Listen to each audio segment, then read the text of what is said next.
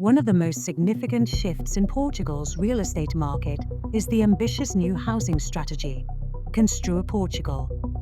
This initiative aims to reshape housing policy, dramatically increasing supply and changing the investment landscape.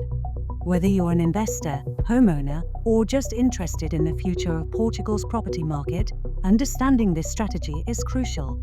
So, what exactly is Construir Portugal? At its core, it's a nationwide housing strategy backed by nearly €4.2 billion in funding, with a goal of building 59,000 new homes by 2030. The plan is a mix of public and private investment, using European recovery funds, state budgets, and new financial incentives to boost construction. This is not just another housing policy, it's the largest push for public and affordable housing Portugal has seen in decades. The plan is structured around 30 key measures aimed at increasing housing supply, stabilizing the rental market, and making home ownership more accessible, especially for young buyers. For real estate investors, this means one thing: the market is changing.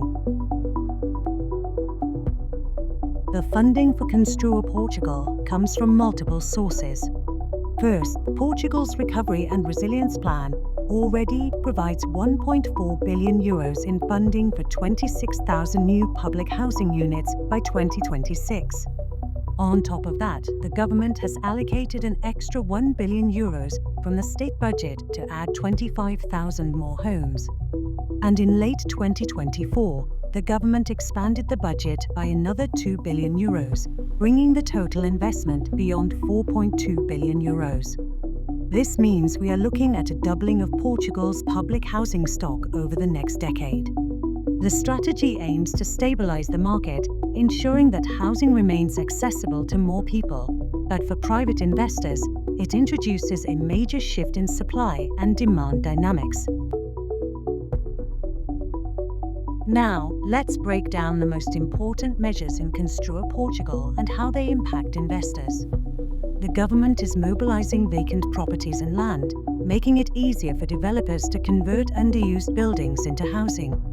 New rules will allow rural land to be used for affordable housing, benefiting areas like the Algarve and interior regions.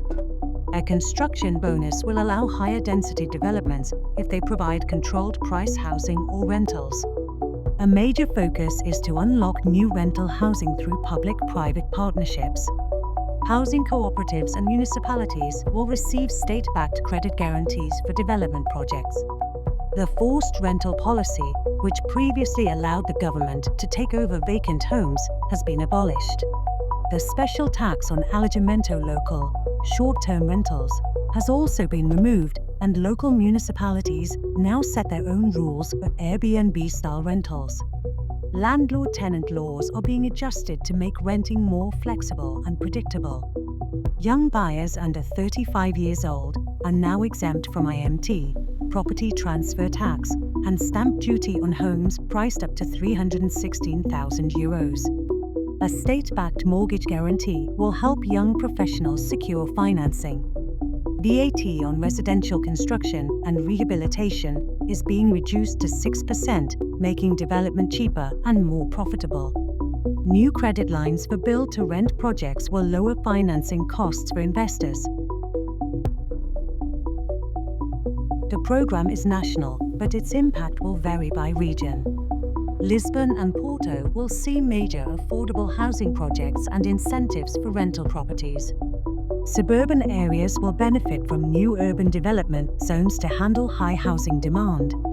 Tourist regions like the Algarve will see flexible short-term rental regulations, meaning new opportunities for Airbnb investors. Rural and interior areas will get affordable housing programs aimed at keeping essential workers like teachers and healthcare professionals in these regions. Many of these measures are happening immediately. The forced rental policy was repealed within days of Construir Portugal's launch. The new tax breaks and credit lines are expected to be operational within months. The first phase of housing projects will be completed by 2026, with the full program running until 2030. This means the market will evolve quickly, and investors need to adjust their strategies sooner rather than later. For investors, the biggest takeaway is supply is increasing, which means the days of relying on pure capital appreciation may be numbered.